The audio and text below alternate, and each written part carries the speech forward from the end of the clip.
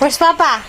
Mama! Magandang gabi! Pagpatak nga ng alas 6 ng gabi ay kadalasan nandito na kami sa loob ng aming kulambo. Dahil sino ba naman ang matutuwa na nasa kalagitnaan ka ng sarap ng tulog mo, maya-maya naman may kakagat sa yung lamok. At dahil Sabado na naman nga bukas ako'y maglalaba. At dahil alas 6 pa nga lang ay may isang oras pa sila para magkulit-kulit. Ito nga si Kuya Kyle kahit hindi natulog ng tanghali, akala mo hindi na uubusan ng energy. Madalas nga ganito ang routine namin. At pagka nakatulog na nga sila ay dun pa lang ako gagawa ng mga naiwan kong gawain kanina. Kinabukasan nga pasado alas 10 na ito ay tinanggal ko itong mga kortina para naman malaban. Opo mga mamis, hindi po ako maagang gumigising para lang maglaba. Minsan gusto ko rin talaga yung nahihirapan ako. Para bang may thrill. Yung tipong nasa trabaho ka at yung mga katrabaho mo naman ay papetiks-petiks at nagkukwentuhan lang. Tapos ikaw naman naghahanap ka kung paano papatayin yung oras mo. Minsan kasi mas nakakapagod dumaldal-daldal at pumetiks-petiks lang. Kaya minsan iniisip ng mga katrabaho mo na sip-sip ka at nagpapakitang gilas. Pero ang totoo, gusto mo lang talaga maglinis at ganong paglilibang ang gusto mong gawin. Anyway, bukod nga sa mga gawain ng pagiging nanay at pag-aalaga ng mga anak ay namimiss ko na rin talaga magtrabaho. Pero mas pinili ko nga muna ang alagaan ng mga anak ko dahil ang trabaho nga mga beshi ay nandiyan lang. Dahil habang maliliit pa nga lang sila at bawat oras na kasama mo sila ay walang katumbas. Kahit nga madalas sila na ang kaaway mo sa sobrang kakulitan at sobrang nakaka-stress. Pero sila lang din naman ang papawi nito.